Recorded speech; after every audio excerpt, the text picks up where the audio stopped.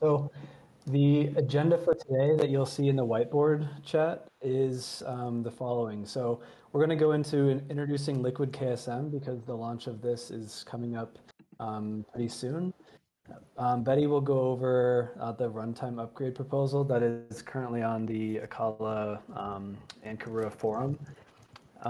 We'll go over liquidations, the flexi fee or the flexible fees that Karura allows you to pay with a variety of different tokens, and then we'll end with Q&A. So I guess, do you guys, Robin and Betty, can you give a quick introduction of yourselves and then we'll get started? Yeah, sure. Thanks, Dan. Hi, everyone. This is Betty, co-founder of Acala, calling in from Auckland, New Zealand. Early morning for me. Thanks. Hi, this is Robin. I'm Community and Growth Manager, and I am calling from Chicago. Happy to see you guys. Cool. Well, let's dig into it. Betty, do you want to start us out? I know we're going to talk about the upgrade proposal, but I think first giving some background on LKSM could help. So I can add to whatever you want to go over, and then we can jump into the proposal. Yeah, sure. I think at a high level, the LKSM protocol is a liquid staking protocol. And then what it is a, well, firstly, assuming, if you guys in the Kusama or Polkadot ecosystem, you're fairly familiar with staking. Basically, stake your KSM or DOT tokens into the validator set, either through directly spin up your validator, or you can nominate existing validators. And the goal or the purpose of staking is to provide security to the network, right? Then, right now, I think the threshold is set as somewhere, 50% or above in the Polkadot ecosystem, that those tokens will be staked as network security, right? Probably anywhere below that, you're going to run into issues of not enough funds at stake to protect the network. Then it arises some challenges there where you do want some of those DOT or KSM as a new asset class to fund or to fuel the decentralized finance or some other use cases like Bitcoin bridges and things like that, that use DOT or KSM as collateral to power those protocols, right? Either as security or as a new source of funding or things like that. So you want to grow a new sort of industry like decentralized finance or some other industries. At the same time, you do not want to compromise security for the entire network. And we saw this issue 2+ years ago when we are first building our protocol, because that is a very natural question you ask yourself when you are creating DeFi protocols, right? And right now, obviously, on other ecosystems, for example, like Ethereum, most of the DeFi products are basically riding the value of the ETH. For example, the top protocols like MakerDAO as a stablecoin is basically riding mostly the ETH value. And obviously, even that's not enough. So they had other USDC and other sort of assets to fuel their supply. And then lending protocols, Aave Compound, which the top lending pairs there are mostly stablecoin, which also come from ETH as value. They haven't had this problem because ETH is an asset that's lazy right now, so it doesn't do anything apart from just paying some gas fees. But at some point when ETH actually becomes ETH2, and then you start staking, you will run into the same issue, right? But because Polkadot is built right away as a proof of stake network, and uses the DOC token to directly as a staking asset, so as Kusama, right, for that matter. And then this liquid staking protocol becomes very critical for any of us building on top of Kusama or Polkadot to be able to leverage the DOT and KSM values at the same time as a common good purpose, not to compromise security of the two networks, because that's everything that we rely on to build out our sort of protocols and applications. So with that in mind, that's why liquid staking, we had a code name called HOMA. We don't tend to use it, and Dan and Robin doesn't allow me to use it. But that was the code name. If you look into the GitHub repo, that was the code name. So the liquid staking protocol then become a critical component of our three primitives. Were you going to say something, Dan? Sorry. No, I was just laughing. Oh, yeah, okay. I wanted to laugh too, because a lot of the naming that is in the white paper and in the actual code, I mean, that's kind of the fun of this, is as we try to make it more clear for the community on like how these products have utility and DeFi uses for you, like we try to kind of like polish up the name set. So liquid staking is an LKSM is just like really says what it is. Like you can basically earn these staking rewards without sacrificing liquidity. But I digress. I'd like for you to go on with the background, Betty. Yeah, sure. So because of the sort of criticality nature of it, the liquid staking become one of the three core primitives that we offer. And also, I just want to reiterate, if some of you are maybe new here today, is that on Acala, the stuff that we built, not because we really like to build many protocols, or it's just fun to build so many protocols all at once. It's mostly because we have thought through it in the last couple of years from the very beginning, that these are the bare minimum that we have to build in order to bootstrap a really solid decentralized finance infrastructure, so that we have the right instrument that other people can build.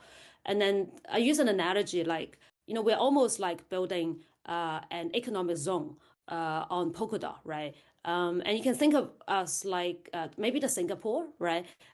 Building out the right infrastructure, but the Singapore city doesn't necessarily actually have to set up the banks themselves or set up the international business themselves, but they have to provide the right economic policy, also the roading systems, as well as all of the regulations, and also maybe some other facilities that helps, maybe tax to help the business to run there really well, right? So at Acala, we use similar analogy so that we provide all the technical infrastructure, but also as well as the financial infrastructure, so that other folks, when they come along, they're not building on top of a desert or an empty land. So those are the sort of the more longer thinking along that. So so that's it. But ultimately, from a user perspective, it's dramatically simplified your staking experience. So basically, you just stake your KSM. It's almost like swapping, right? So you stake your KSM, and then immediately the system generates the LKSM or mint the LKSM token for you. And then as a parachain, then it takes a pool of the KSM that's been staked, and then sends it over to the Kusama network, and then stake over there, right? And obviously, this protocol allows you to carry a yield-bearing token. So it's simple. So the LKSM token is transferable, is liquid. You can trade it. You can also use it as collateral, right? So those of you, who's using your naked plain KSM to mint the Karura dollar, once this protocol come out, then you could shift over to LKSM. So you are earning staking yield while minting some KUSD. And also enjoying liquidity mining programs, and also providing liquidity to the pools, right? So then the economy actually are able to kind of help each other out, the three sort of protocol, and then bootstrap the entire platform. So so that's that. I think for the nitty-gritty details, I think maybe next week or so, once we actually roll out this, we can go into a bit more detail. I think that's probably enough for today. Sure. Yeah, What I'll do really quick is I'm going to just share a YouTube video of a demo that Ruto did a few months ago. So when you have time after the call, I definitely encourage you guys to just check out liquid staking in action. Of course, you'll be able to check it out when it's live pretty soon. But just to reiterate, it's LKSM, the token you receive when you stake your KSM, it's unlocked. It's ready to use in interesting DeFi operations, whether you're going to trade and swap with it, or maybe you're going to use it to take out a collateralized KUSD loan. You could provide liquidity for, additional yield and kind of get some interesting strategies out of this token. So I think it's going to really open up the use cases for Karura. Yep, and I was just going to add one point. I think both Robin and Betty have mentioned how this token is going to unlock liquidity. Right now, 49% of Kusama KSM is staked. So I just ran the math. That's like 1.56 billion. So if we can unlock just 10, 20, maybe more percent of that, just imagine how much liquidity that's going to unlock. That currently is just staked and essentially can't be used for anything right now. So it's going to be pretty exciting to see some of this KSM flowing over into Karura from places that are staked, such as Polkadot.js or even exchanges where people are going to come and stake their KSM to get a liquid form that they can use to experiment more in DeFi. So this leads in well. Now that we've given you the background. This is a good transition into the proposal. So there was a proposal recently posted on the Karura forum, and I'll post a link if I can find it. And Betty, do you want to go through that and just explain kind of what this means for everyone? And then I think it would also help for everyone. I know at the bottom it says people can help verify the upgrade by following this guide. So if you could explain kind of what that means versus a regular vote, that'd be great. Yeah, sure. Just post it in the whiteboard channel. Yeah, so this is a runtime upgrade, and it's also quite technical. So we didn't make too much of a fuss of it, but I've seen quite a bit of community discussion around what's in the change. So I might just go through some of the ones that's probably more relevant to everyone. So we've pushed out some of the code for liquid staking, hence why we give a little bit of debut to LKSM this time. But there's a bit more upgrade and change needs to be done for the full functionality, and also just nothing. So we don't want any surprises, and also we don't want you to have any surprises. So right now the status of development of LKSM is the cross-chain functionality, so the XCM part, is not complete by the parity team. So we're not able to have the full trustless LKSM version. So we can't actually do the cross-chain, the trustless staking part of it. But we are able to come up, however, the first version of LKSM that able to be semi-trustless and also highly secure. That we will actually lay out some details, hopefully next week, and then everyone would know what they're getting themselves into, and also the paths of how to move into a full version of it as well. And also the plan is to actually use the foundation's own fund to actually go through the process ourselves, and then everyone can actually observe and watch exactly how the KSM has flowed from the parachain all the way to Kusama and also the validators for nominating, and then you understand the process, and then you can make your decision on how to participate, and then and make your own judgment basically. But it's almost here. And then the second thing on the list is relevant is previously we've made it convenient, well, kind of in terms of code, that when you withdraw liquidity that it actually withdraws the rewards for you as well. But then, of course, as we have this loyalty program, and then we've received feedback that it's better that to separate the two, so people can actually decide if they want to continue to stake their rewards. So yeah, so we've kind of separated that now.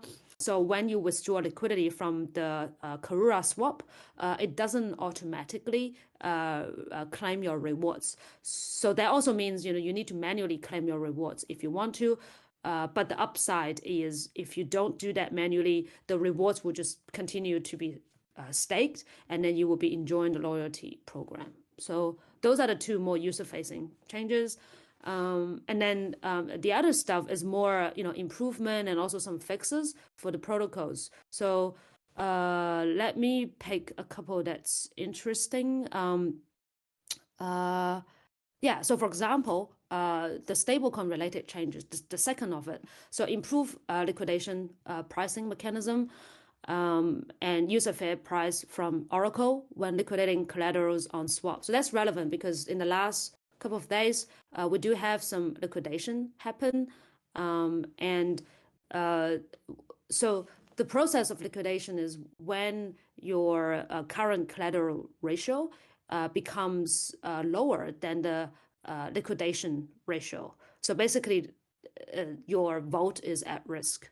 And then the system will automatically help to auction, to sell off your collateral, and then to pay back the outstanding KUSD in the vault, right? So that the vault is safe, and also you don't go under.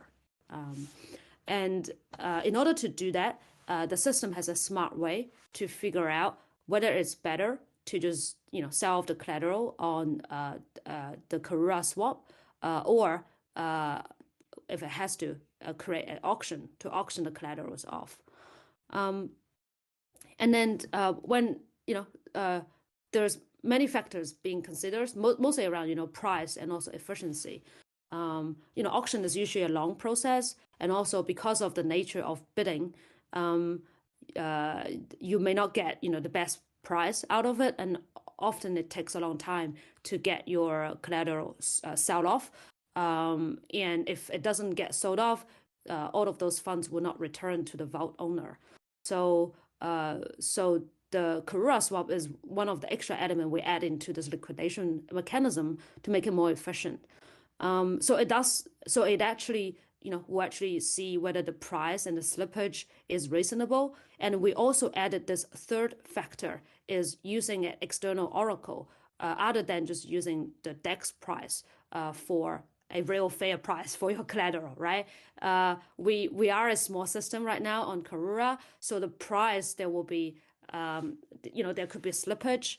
And then, sometimes the KUSD, if it's in high demand, it could be off peg, right? So then it's better to actually use a fair price comparison that also use external pricing for comparison before we actually auction off all of this stuff.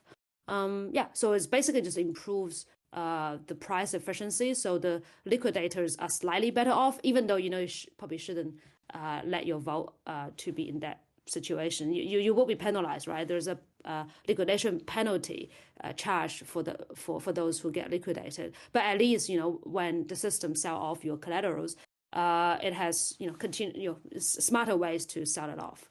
So so those are the sort of the things that are included in the change. And also another small thing is just the fee tokens, right? So now KUSD can also be used as a fee token. And also this is not something that you need to do. So you don't need to configure the system so that it uses KUSD. The system just works it out automatically. If you don't have KR, it will just look for the next token, like maybe KSM. If you don't have KSM, it will just look for the next token, KUSD. So the system will just automatically does its searching for available token to pay. So as an ordinary user, you wouldn't need to do anything. I know on the platform there is a place that you can set it, right? But that's only for very odd cases that you do specifically just want KSM as the primary fee token. Then you go and set it, and that does require you to send a transaction to the blockchain to tell the system to update your preference. So it will cost you some transaction fees if that's what you want to do. But normally, most of the use cases, you can just don't have to worry about it. So yeah, so those are the stuff that's included in the change.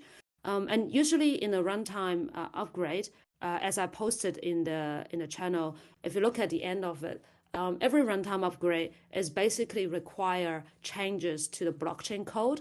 And then there's details there about what is the runtime WASM. So basically you can go from getting the code and compile it, and then compare the WASM and then compare the hash to verify all the changes that we said in the post is exactly matching, right? So that's the release page at the bottom of it. Right now we are release Karura 1.3.0.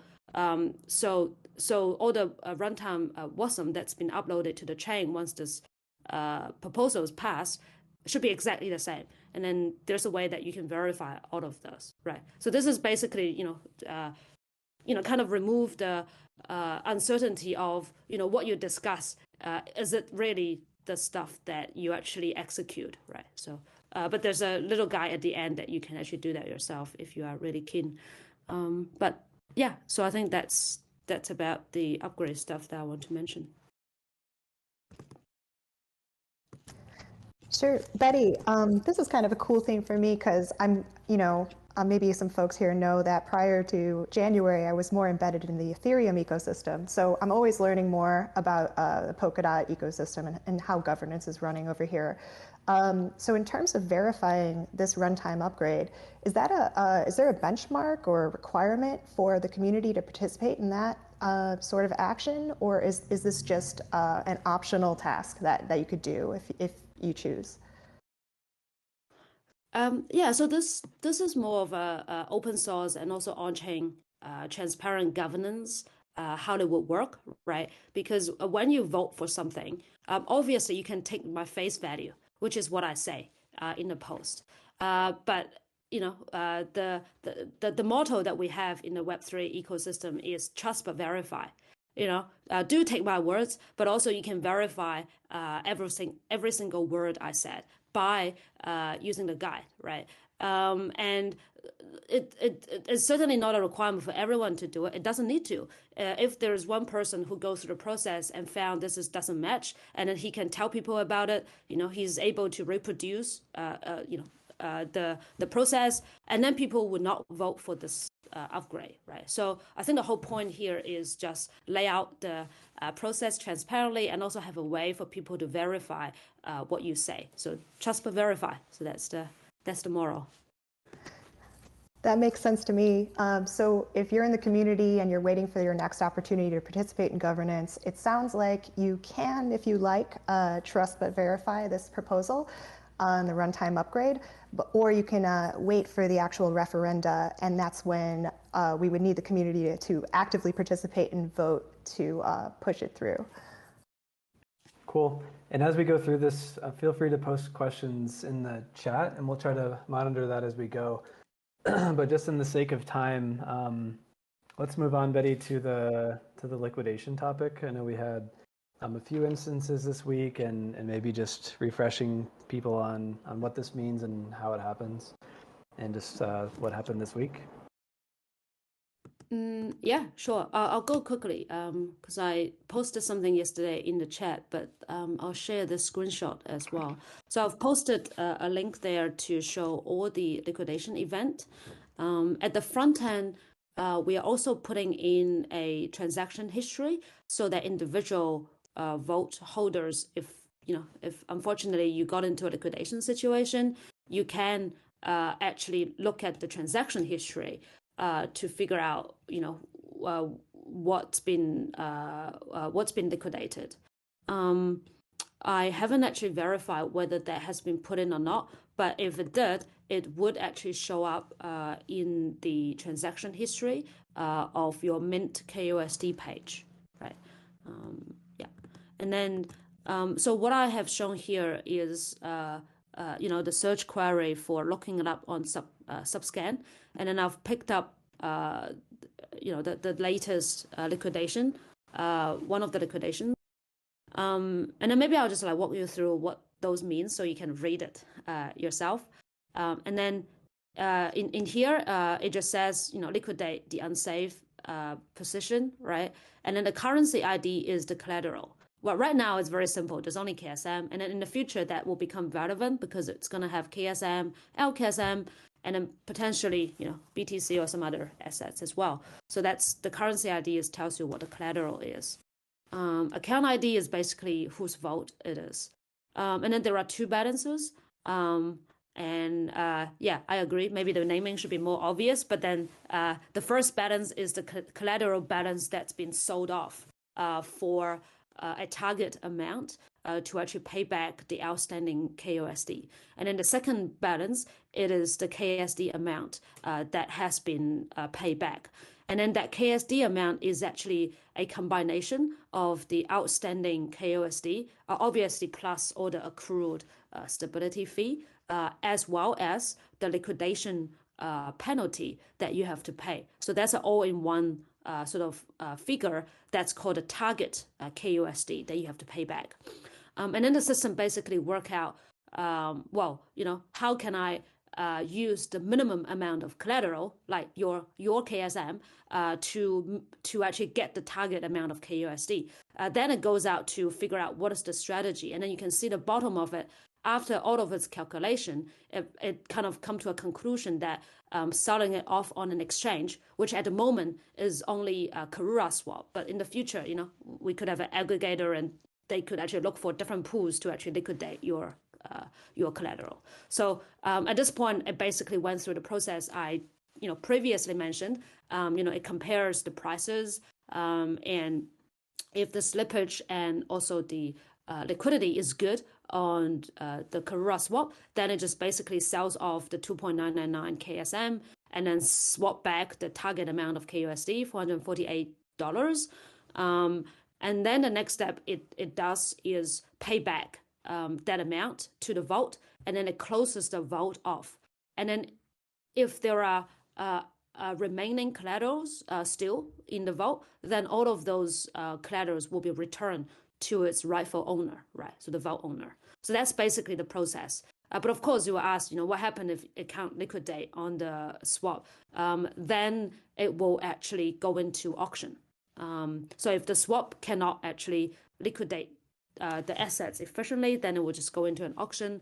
And then the auction process is a little bit complicated, but the whole point is how to use minimum amount of collateral to get the target amount. So that has a normal auction that you bid up the price, and then once it hits the target price, it will also bid downwards. So there's like ascending auction, a descending auction, and then the descending auction is people will compete. Like I will accept less collateral for the same price. So with those two kind of auctions together, you almost arrive at kind of medium ground that you're gonna use reasonable like little collateral to actually sell off for the KUSD. And then the auction participant is external actor here. So all the other process I talked about, like compare price, liquidating stuff, and even monitoring the process, monitoring this unsafe CDPs is all part of the system.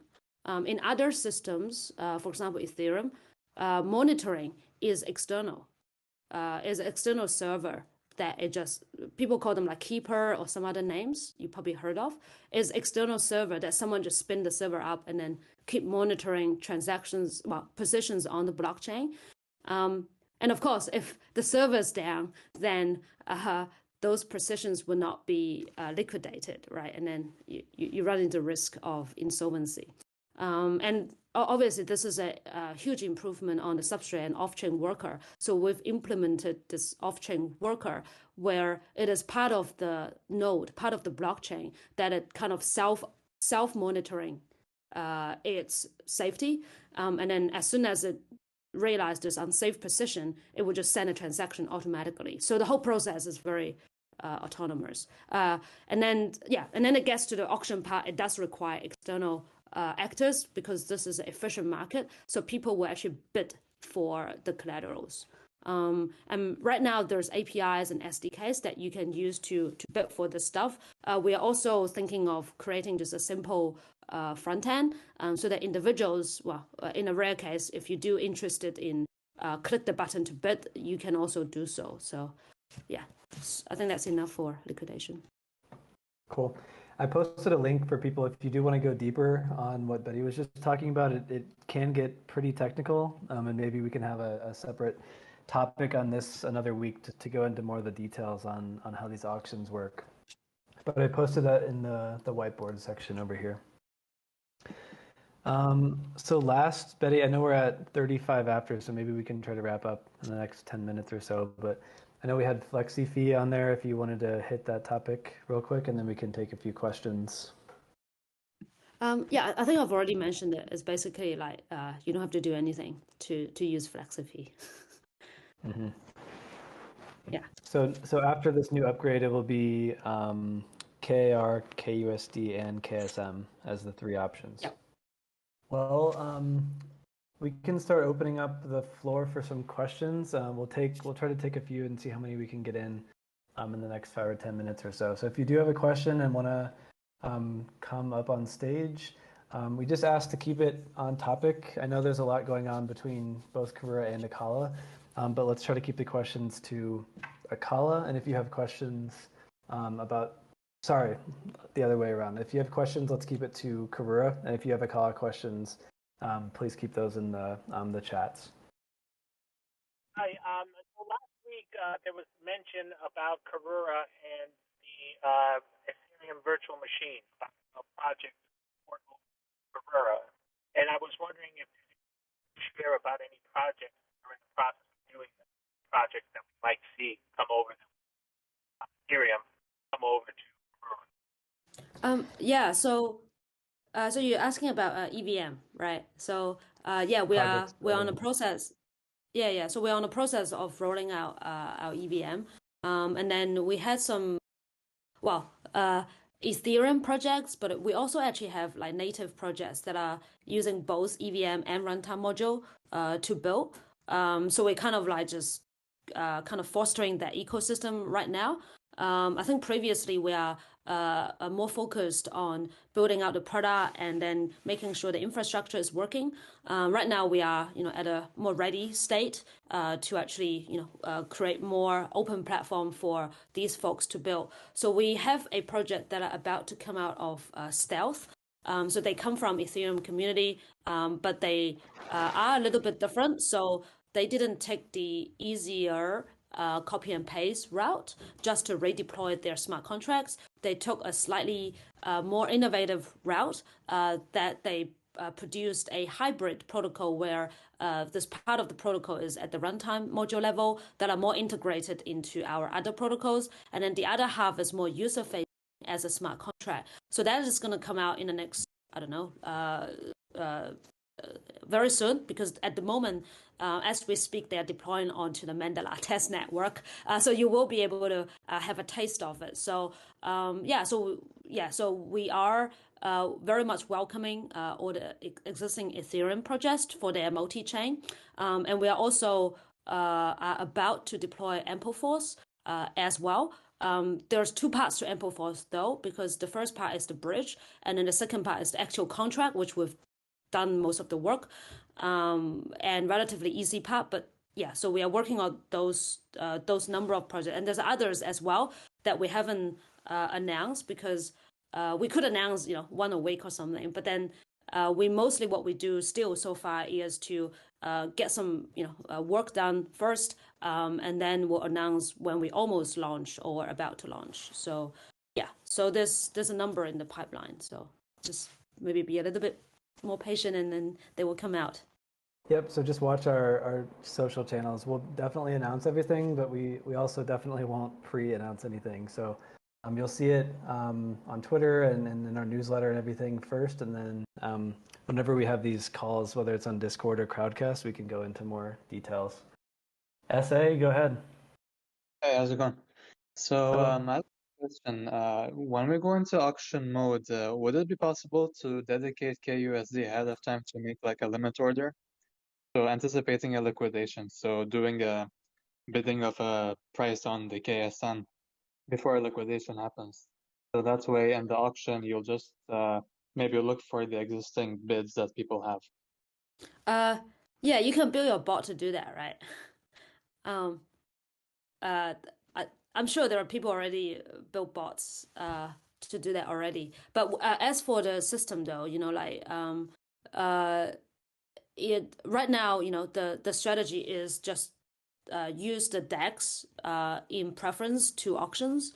But when it goes into auctions, then you can run different bots with different strategies, and then actually bid for it in whatever way that you want, right? So usually the reason people actually go to the auctions is usually they can get really good price collateral through those auctions, and that's the incentive for the auction goers, right? So that's why you actually do want to avoid. Well, I mean, from the vote holder or from a system perspective, you do want to avoid, auctions if you can. But, on the other side of the table is the auction goers is like, that is party time. So, yeah. Cool. Thank you. We'll try to take a couple more. We're going.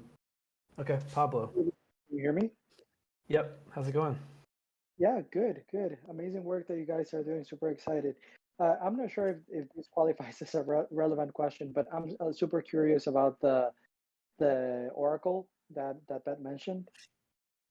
Yeah, sure. I was looking at the chat as well, and I also picked Oracle as the next question if no one asks any question. So, yeah, so good question. Yeah, so that is also a major difference or the innovation that we did. We haven't talked about it so much just because the stuff that we've done already quite overwhelming and quite hard to explain to everybody. But we have this, we kind of branded it as Open Oracle Gateway that we've built on our platform. But simply put, it is a quality of service system for Oracle transactions. And what quality of service is now you're on this call, right? I'm assuming most of you are using internet. And then your internet is automatically prioritizing your voice call over most other internet traffic. That's why you can hear me clearly. And when you say something, it gets prioritized as the internet packet. And then, I can hear you clearly. So that's how the normal, the internet works. And then we kind of use that as an analogy. We did the same thing for Oracle transactions. So any price feed goes through our Oracle gateway and will be prioritized, and they are always included in the block. Any price feed means any Oracle. So right now we have one Oracle network that's been published or gone live on the Karura network. That's Acala Oracle. Well, similarly, like Maker has its own Oracle. And then later on, we are in the process of integrating Chainlink as Oracle. And we have also worked with other oracles like BAN and DIA and others who are also able to provide their network feeds onto the Karura or Acala network freely, right? So once those oracle feeds comes on board, for example, Chainlink, then the Chainlink feed, will be prioritized. And then no matter how busy the network is, the Chainlink price feed will always be included in the block. So you will not be in the same situation as last year's Black Thursday, where when the network is super congested, the price didn't get updated correctly. And then if you do need to, for example, sell off your collateral, you get ripped off, right? Because your ETH is at $1, for example. So that is quite a cool feature that we've created. And also because it's an open gateway, so it allows multiple Oracle systems to feed. And then any application that deploy on Acala, they can bring their own Oracle. They can use a provider they prefer, or someone who can just use a aggregated value of all of them if they really want to. So it's just like free to choose. So So probably going to wrap it up. If you do have any follow-up questions, we've got plenty of chats here in the Discord. So feel free to let us know if you have any follow-up questions, and we will get back to you. And in the meantime, yeah, just look out for the next call. It could be here, Crowdcast. We'll let you know when and where. And appreciate everyone's time, as always. Thank you, everybody. I just want to give a quick shout out to Matastalik and a user named Alt. You guys boosted the server this month, and that gives us some good perks. So appreciate that. We'll see you next week. Thanks, guys. Thanks, guys.